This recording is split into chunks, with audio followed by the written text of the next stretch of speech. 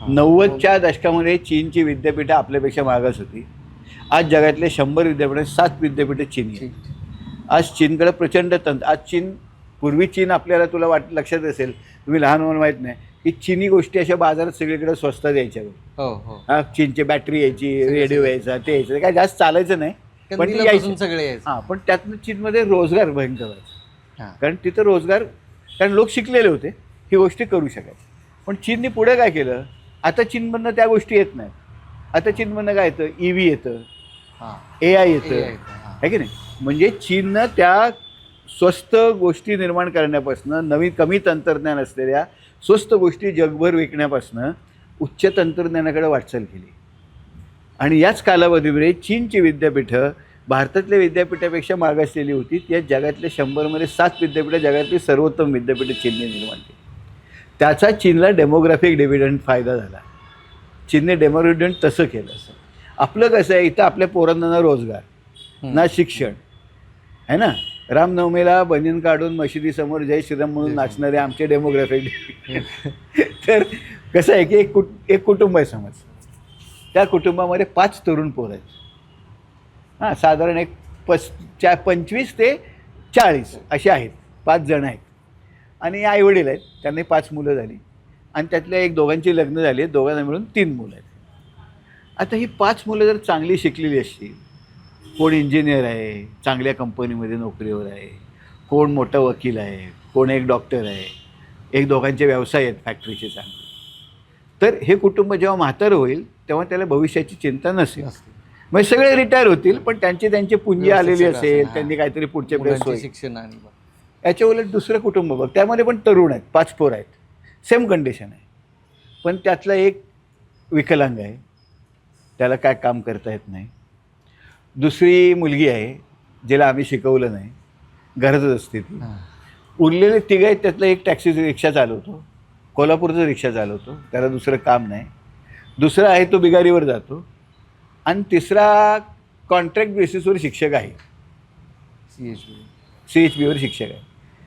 हे कुटुंब जेव्हा म्हातारं होईल तेव्हा त्यांची परिस्थिती काय असेल. तर चीनची परिस्थिती पहिल्या कुटुंबासारखी, आपली परिस्थिती दुसऱ्या कुटुंबासारखी. आणि त्यामुळे आपण 15 वर्षांनी जेव्हा म्हातारे होऊ तेव्हा आपण गरीब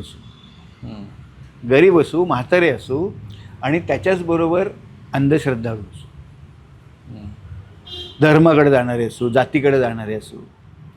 आपलं तेच चाललंय ना, ते आत्ता सुरूच. आता जर मुलांना आपण मंदिर व्यवस्थापन आणि ज्योतिषशास्त्र असे जर शिकवायला लागलो. आज आमच्या वाईमध्ये, आमचं वाई जे गाव आहे, 2047चा जो भारत असेल त्याचं जर तुला चित्र बघायचं असेल तर वाई शहराचं. वाई शहरामध्ये काय आहे, उद्योगधंदे नाहीत, जे आहेत ते जुजबी आहेत. म्हणजे रिक्षा चालव, कुठं बारकं हॉटेल आहे चहाचं वगैरे, हां, असे हॉटेल आहेत. त्या हॉटेलांचा धंदा अजिबात नाही आहे. 100 वर्षांहून जुनं मिसळपावचं हॉटेल आहे. हां, त्या मिसळपावच्या हॉटेलमध्ये ज्याला मी ओन अकाउंट एंटरप्राइज म्हणतो, मालक आहे तोच, नोकर येतोच. हां, तिथे गेल्यास तुला गंमत दिसेल, तो मालक गल्ल्यावर बसतो, हो 4 नंबरला 2 ग्लास पाणी द्या, मग आज जातो 2 ग्लास पाणी घेऊन. नंतर स्वतःच म्हणतो 3 नंबरला पाव, आज जातो परत पाव घेऊन. हे 100 वर्ष जुनं दुकान आहे, ते पुढं गेलेलं नाही. बहुतेक मुलं कुठे रिक्षा चालव, कुठं काय, पुणे मुंबई टॅक्सी चालव, टुरिस्ट गाड्या चालव, स्वतःच्या नसतात, कुठल्या तरी दुसऱ्या माणसात तो पैसे घेतो ह्यांदाचं, असं सगळे ते व्यवसाय चाललेले आहेत. ज्यांना शक्य आहे ते वाई सोडून गेलेले आहेत, पुण्यात कामाला आहेत, मुंबईत कामाला आहेत, ते शिकले. ते वाईतल्या पोरांना पोरी मिळत नाहीत, कारण पुढं काय करायचा प्रश्न नसतो. त्यामुळे वाईट जन्म होत नाहीत पोरांचे. अंगणवाड्या मोकळ्या पडल्या आहेत, हॉस्पिटलमध्ये म्हाताऱ्यांनी फुल आहे.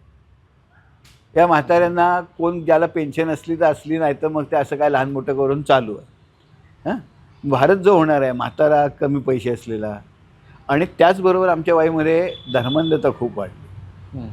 म्हणजे आता वाईमध्ये एक लघु कुंभमेळा झाला बघ. अरे कुंभमेळा म्हणजे ते दानव, ते युद्ध झालं आणि तो अमृत जाताना 4 थेंब पडले तिथं ना, तिथं कुंभ असतो. बाकीचे मेळ पृथ्वीच्या बाहेर पडलेत. आमच्या वाईत ना अमृत पडलं ना वाई पृथ्वीच्या बाहेर आहे. पण वाईत लघु कुंभमेळा नावाची गोष्ट झाली, त्याला सगळे नागासाधू वगैरे सगळे आले. वाईत बसले आणि गांजा बिंजा फसलेलं ओढत होते ते.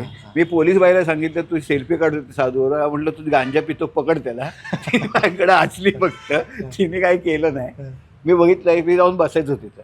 तिथे एक अशी कुटी होती, तिथं असे एक बाबा बसला होता काय तर दुसरा एक उभा होता. नंतर 5 पोरं आली आपली बहुजन समाजातली असतात ते असे मशरूम कट वगैरे असतात, तशी आपले कपडे ओळखू येतो की ही पोरं त्यांचं शिक्षण कमी आहे, रोजगाराचे प्रश्न आहेत, डोळ्याने दिसतात, हेअरकट वरून कळत. ती आली, मग ती आल्यावर त्या बाबाने पायाकडे बोट दाखवलं. ही 5 पोरं त्याचे पाय दाबायला लागली. मग त्या बाबांना दुसऱ्या त्या उभा होता बाबा त्याच्या पायाकडे बोट दाखवलं. त्या 5 मधली 3 त्या बाबाचे पाय दाबायला लागली आणि असा हा सीन चालू होता. म्हणजे हा जो गाडगे बाबांचा महाराष्ट्र होता, जिथं गाडगे बाबा म्हणायचे की माझ्या पायाला कोण हात लावला तर ते पाठीत रपाटा घालायचे. गाडगे बाबांना कोणतरी सांगितलं होतं की कोणतरी म्हणलं होतं की गाडगे बाबा माझे गुरु आहेत. त्यांनी पेपरात जाहिरात दिली की माझा कोण गुरु नाही, मी कोणाचा शिष्य नाही. ते म्हणायचे की जत्रेत बित्रेत जाऊ नका, पोरांना शिकवा, अंधश्रद्धा करू नका. ही आपली परंपरा आहे. त्या परंपरेमधून आपण आता अशी लघु कुंभमेळा आणि मग त्यानंतर आता तरी संकल्पपूर्ती काहीतरी झाला आता परवा. त्याने उत्तर भारतातनं काय भैया आले कुठले पुजारी वगैरे. तर वाईचे शहर मला दिसत आहे.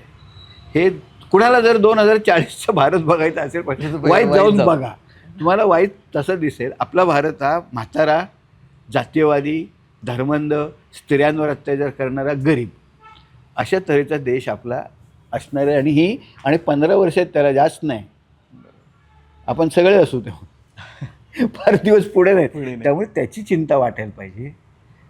त्याच्या उलट आपण बोलतो काय, करतो काय.